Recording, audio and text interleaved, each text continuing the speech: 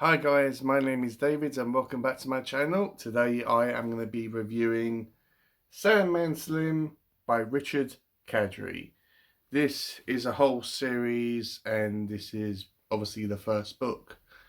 I became interested, well not interested, well sort of anyway I suppose. But I became aware of Richard Kadrey because I got one of his books in my, the subscription box I get every month called the Abominable Book Club, and I got a book by him, or a novella by him, called the Powerhouse Devil.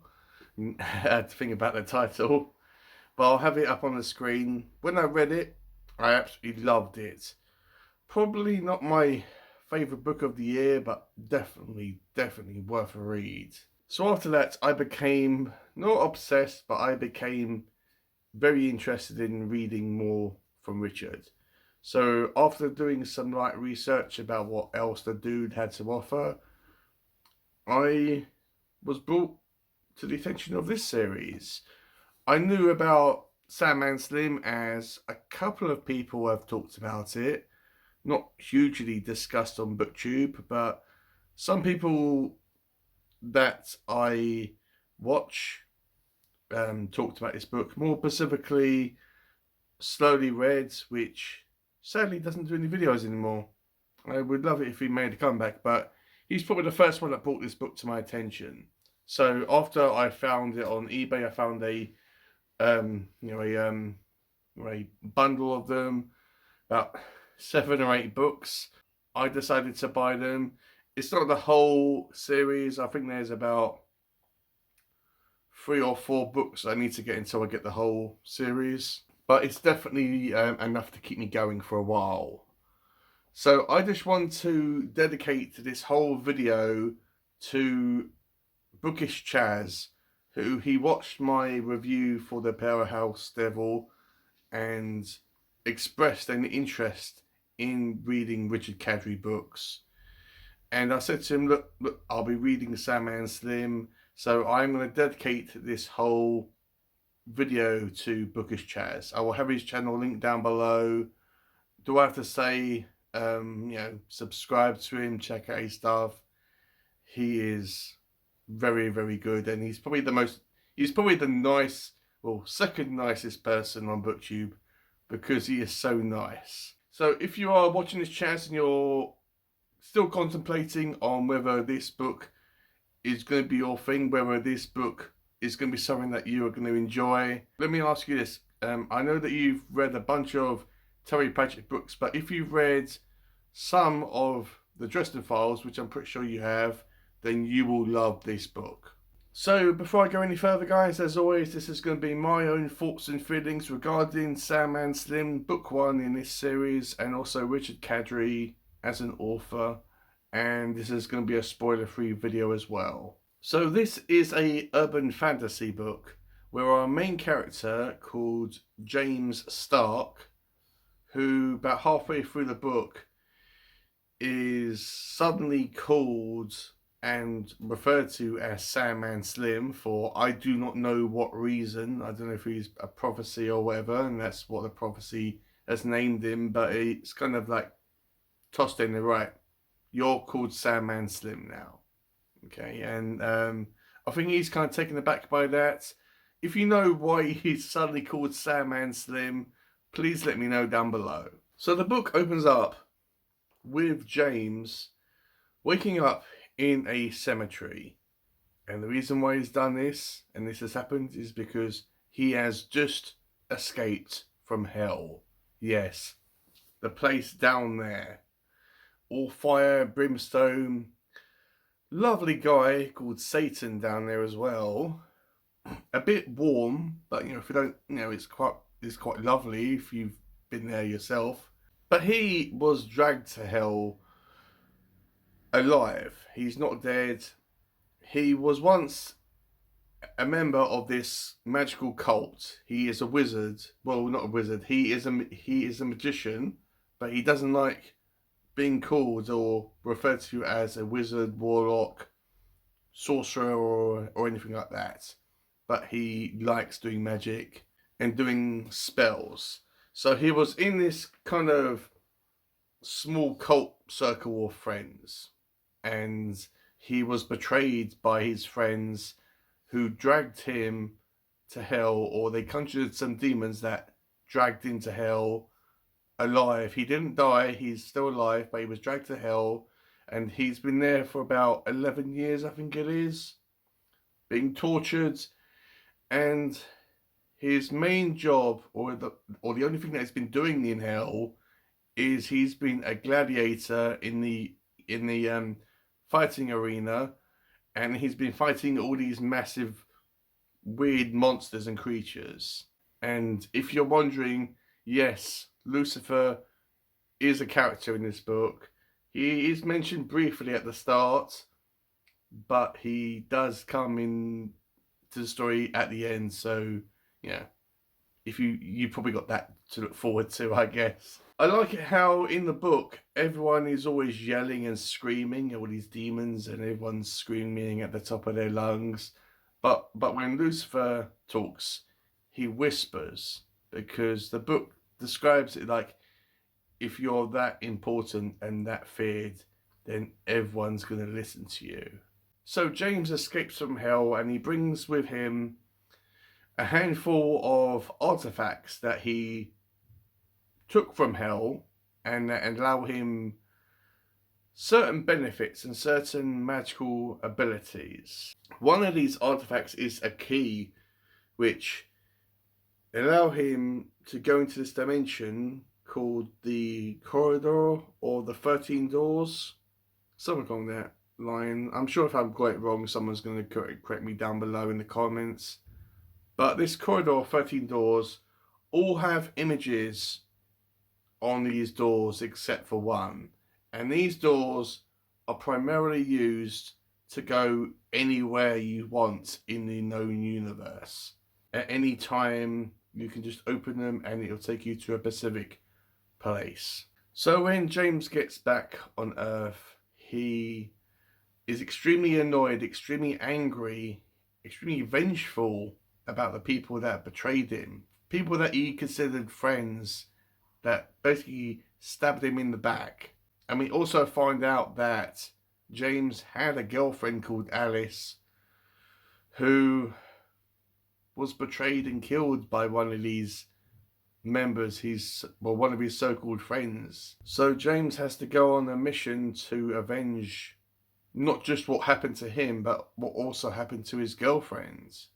And he is extremely vengeful when he wants to kill everyone that stabbed him in the back.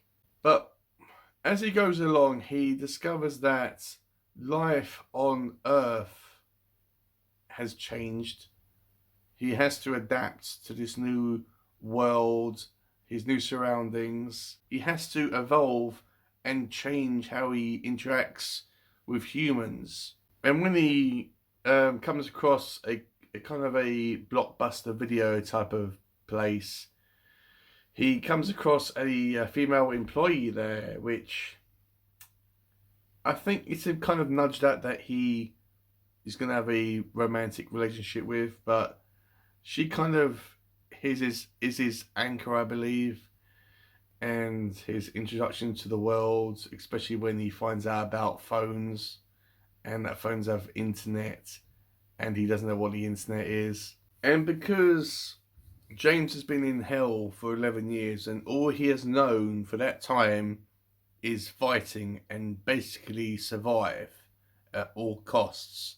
And when he is confronted by any situation while back on Earth, his basic instinct for survival is to fight, no matter what the situation is. But I like it as time goes on, he adapts to Earth, he even softens, and he forms friendships and bonds with a wide variety of people. And the combat in this, because there is fighting in this, it's so good. I mean, I don't really want to say too much because I don't really want to give everything away. This is a really, really good book, and you're kind of on this journey with James as he is going through the motions and basically coming across all these individuals that betrayed him and basically tried to kill him and all that stuff, and how he's killing them one by one and making his way up to the leader, the yeah the big bad, like the ultimate boss or whatever. So in that way, it's kind of like The Crow. If you've seen the Crow movies and you know what you're getting yourself into. When it comes to the magic in this book, it doesn't have any set rules. There are spells, obviously, that Stark can or James can perform, but that's as far as I want to go with that. And there is flashbacks of hell, of his time in hell, because this book from page 1 is entirely set on Earth, but there are chunks of the story that are set in hell. So it discusses what he did in hell, all the demons that he came across, some of the situations that he encountered, and it does, to a certain extent, describe what hell is like. So when I picked up this book, I was convinced 100% that this was going to be my favourite book of 2023. I was that positive and that confident in this book and Richard's ability to deliver on that. Was it my favourite book of the year? Sadly not, but it's definitely going to be in my top 10, probably my top 5 reads that I've read this year. I think because I set it on a super high pedestal, it kind of was unfair for the book to begin with, because it had such high expectations to meet. But with that said, is this worth a read? Yes, it is. If you are new to fantasy, then, well, fantasy in general, epic fantasy, grim dark, urban fantasy, and you don't know where to start, but everything I've talked about appeals to you, then I would definitely pick up this book. It does have some gore in it. It is a bit of a creepy book, but at its foundation, it is a fantasy book. And if you've also read the Justin Files and you have watched The Crow and you like them type of things, then I would definitely recommend this book. There is a bit of a humour in this as well. There is a dry humour to it. That's why I mentioned Terry Pratchett at the start. It's not a funny book, but it has that kind of dry, sarcastic wit humour to it. So what I'm going to rate Sandman Slim by Richard Kadrey. I am going to rate this, well, I was going to give it 5 stars. I did give it 5 stars on Goodreads, but when I had time for it to simmer, I'm going to be fair to the book and I'm going to give it 4 stars. I am extremely excited to continue on with the series, as I am fully intending to do that. I was a little bit worried when I bought the whole bundle. I'm like, well, what if I read book 1 and it turns out to be absolute trash? And I actually knew it wasn't going to be, but there was that slim possibility that, slim, no pun in that, but there was a possibility of it being rubbish. And I'm like, well, what if it is rubbish and I've got all these books and I'm not going to carry on? But I am going to carry on with the Sandman Slim book. The second book is Kill the Dead. I am going to be reading that, but next year, at the beginning of next year. But in January, I've got a book from one of my work friends I am making a top priority for January. So after I've read that one, I'm going to go straight to Kill the Dead, book 2 of the Sandman Slim series. And then I'm going to kind of chip away at it whenever I can. So guys, let me know, have you read Sandman Slim or anything else by Richard Kadrey? What did you think about this book? If you've read it, let me know, what did you think? Did you like it? Did you not like it? If you want to discuss the book, down below in the description. Just be a bit wary of spoilers, or if there's spoilers in your comment, just make it obvious that there is spoilers. Just write spoiler at the top of your comment. But yeah, let me know what you thought about this book.